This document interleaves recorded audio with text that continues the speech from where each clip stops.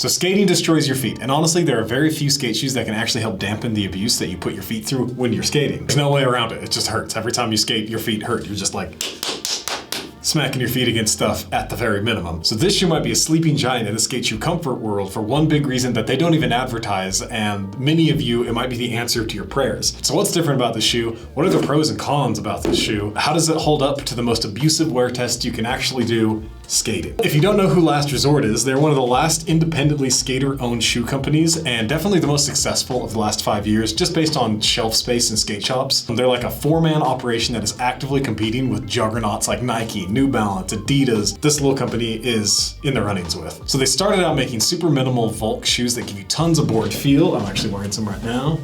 Oh, they're green, so I don't know how it's gonna show up. But they also make some half skating, half style shoes, like they make loafers and like mock toes. I really like to wear them as normal shoes for like walking around, but I don't love to skate in them because they break in too much and are too thin for me personally. But the people who do like that feeling absolutely love Last Resort. But this is a capsule shoe, which seems like it goes against their ethos. I actually got in touch with one of the founders, Sammy, so maybe whatever doesn't end up in this video, I'll make some extra content on social media or something. He had a bunch of cool stuff to say about the development and the materials. But anyways, what is this shoe? So it's the Last Resort, the CM002 Low. It's actually based on an old Czech running shoe called the ZDA Marathon, and I think it looks so sick. Like, this weighs 15 ounces, it retails for $105, and it's made in Vietnam. So the positioning on the brand's website says the CM002 is the next capsule constructed style in our offering. To the initiated, it might bend the perception of who we are. However, when we begin to break down the details of this new style, it should be clear that it still manifests the cornerstones of our mission: understated design and functionality. The CM002 has flexing points where needed and lacing options to suit your style and activity, a terry-lined interior for fit and comfort, and mixed mesh and leather uppers for durability and breathability. Enough but not too much padding for a sense of safety and something for your pants to rest on. Extra curly boot laces that lock in nicely as an option. You can buy these boots from our links in the description. So we also got sent some Sneakercrete to try out. It's like a preventative solution for prolonging the life of your skate shoes without impacting board feel or aesthetics. What a lot of people like to do is put it on the seams of the shoes before you even skate it. Wherever you know you flick through fast, you can just apply it preemptively, but if you start to break through your shoes, you can use it to fix any blowouts, or I know my friend always puts them on his laces to keep them from busting, which is a huge problem in skate shoes. So I actually got a second and third pair of these shoes and put Sneakercrete on them to compare them to my non-skated Sneakercrete applied shoes. And we'll compare them at the end of the video and see if we can piece back together a destroyed shoe with Sneakercrete. So what is the one thing that makes this shoe a potential juggernaut? It's a secretly very wide toe box, specifically one that doesn't make you look like you're wearing clown shoes. So I actually cut the outsole off of this so you can see and compare the actual difference to the inside of other shoes.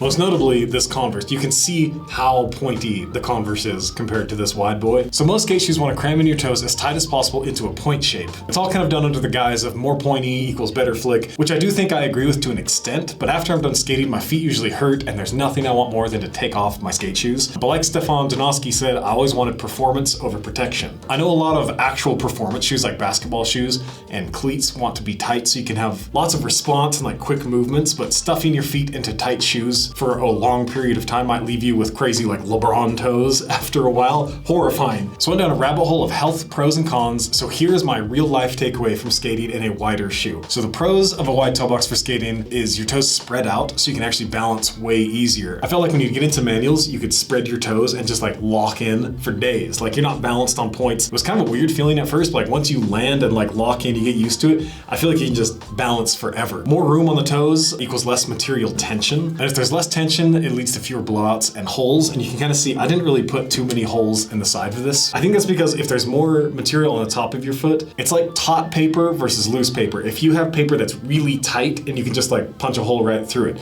But if you have paper that's loose, you gotta like make it taut first and then blow through it. So I think that's the kind of theory on that. I get a lot less cramps. So a lot of skate shoes I wear, I get a lot of cramps for like the first 20 to 30 minutes that I'm wearing them, and then they kind of go away. I guess my feet just get kind of numb to it, which probably is not a good thing at all. But with these, I got very low cramping. It's like my feet can actually spread out and like feel like normal feet, which is something that I didn't know I even liked. I did get a lot less hot spots and blisters. Less material rubbing tight on your foot equals, you know, less prone to blisters. The shoes I'm currently skating that are coming out next are giving me big old blisters, so keep an eye out for that. You get less nail trauma and black toenails because your shoes, you know, they aren't touching your shoes, so you're not just like smacking them against the ground all the time. They actually have room to like move around. You get less impact stress since your toes have more room to flex. Like when you're landing from a drop, you can like land and spread out and take that impact more than just be like, ah, ah.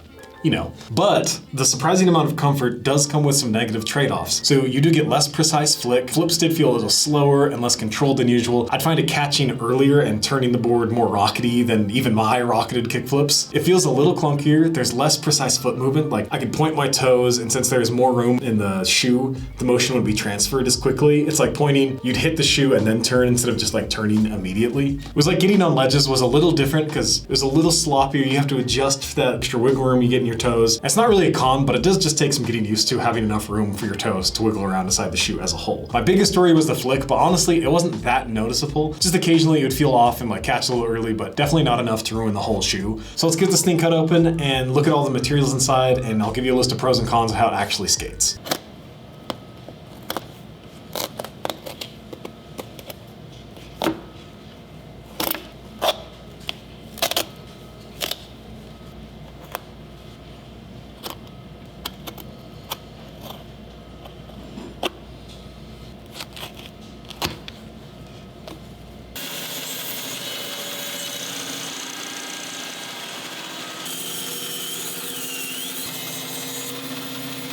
All right, so we got this thing cut in half 2 ways. Make sure to, comment, subscribe, like. Subscribing helps us the most. It helps us be able to buy all of these shoes. Like this is $300 worth of shoes for one video. So help us out, watch the videos, and the more you watch, the more skate videos we can make. So let's see what's inside.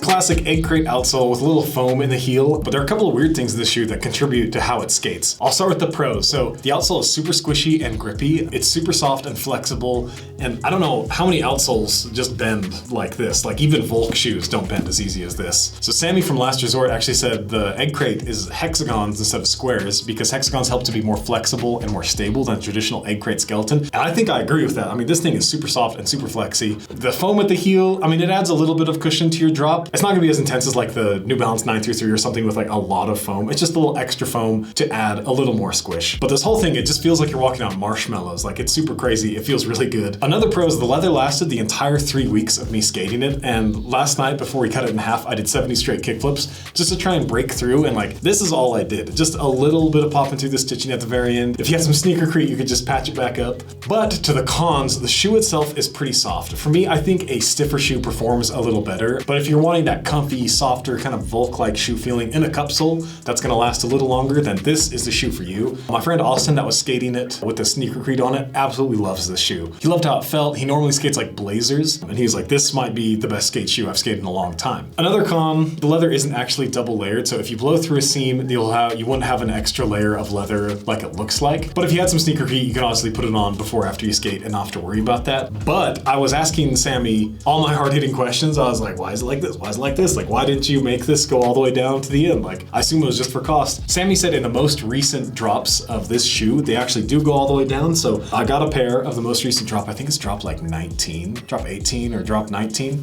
But I got a pair of these and I cut it off just to see. I cut the whole dang shoe open. I flayed the whole thing out, and the leather does actually go all the way down. So in the newer drops, you do have that double layer, but in the older drops, you have the single layer, which I hardly went through the leather on the old drops, but having 2 layers is always better than 1 layer, especially for something so abrasive like skating. So to try and fix this Frankenstein shoe that I cut in half, I just added some sneakercrete all along the seams where I flayed it open, let it dry for a little bit. It dries a little stiff, but honestly, you could skate this shoe. I think it's fully good. Maybe we should send this shoe to somebody and they can skate it. It's a size, I think this is a US 10. So if you're US 10, maybe you can get a chance to skate these sneaker-created up shoes and see how they actually perform. We could do like a real wear test. But the sneakercrete definitely holds up. Like there's really almost no wear on the seams at all. It does darken the suede a little bit. We went pretty maximal coverage to see how it performs. And it does stiffen it up a little bit, but nothing crazy. So just use a light touch and it'll probably get the job done. But honestly, it performed way better than I thought it was going to. So I'm gonna start ranking these shoes on a confidence level I have while skating. I think that's the best way to do it. 1 is 0, 10 is the best, 5 is average.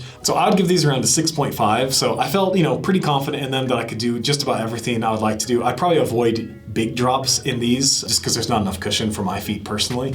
Here's a chart of confidence for all the other skate shoes that I've skated so you can give it some context and see how they all compare. So honestly, it surprised me how much I actually like the wide toe box. So let me know if you like the wide toe box or if you like it super tight. Most of my friends say they like their feet, they don't want it to look tight, but they want it to feel tight. What other wide toe box skate shoes are out there? I know like we have the Splays, which are super duper wide. Let me know what else you want to see. Sign up for the skate testing pool. You can get your clips and videos. I'm going to ask you about your opinions. I've started asking a bunch of people. So if you get an email from me, then it means that you're probably going to be in the video at some point. So yeah, let me know what else you want to see, and that's it for me. So go cop a pair of these wide boys and let me know how it goes for you, because honestly, I liked them a lot. So, peace.